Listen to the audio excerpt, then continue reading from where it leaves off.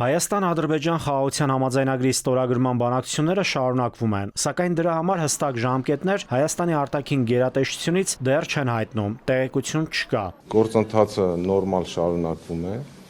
եւ մենք մեծ հույս ունենք, որ համաձայնագիրը ապագայում կստորագրվի, այդ առումով կան նաեւ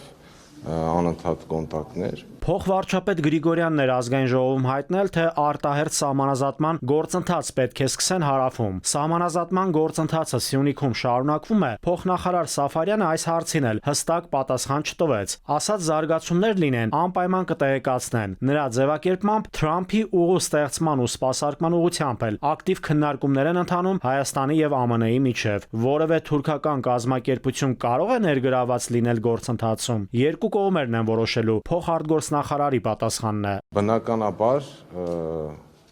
երկու կողմերի շահերին պետք է համապատասխանի այդ ընկերությունների ընտրությունը եւ առաջին հերթին պետք է ստեղծվի համատեղ ընկերությունը առաջին փուլում։ Հիմա քննարկումները հենց դրա մասին են ընթանում, հայ-ամերիկյան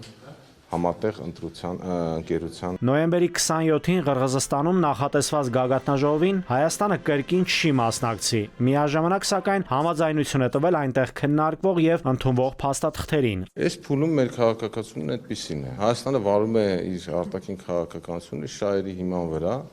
ըստ իրավիճակի, ըստ ձևավորվող իրավիճակի եւ հայտարարվել է Հայաստանի եւ դիվերսիֆիկացման քաղաքականության մասին եւ բալանսավորման եւ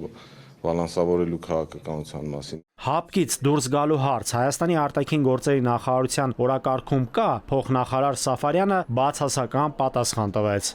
Նաիրի Մուրադյան, ժամը լրատվական։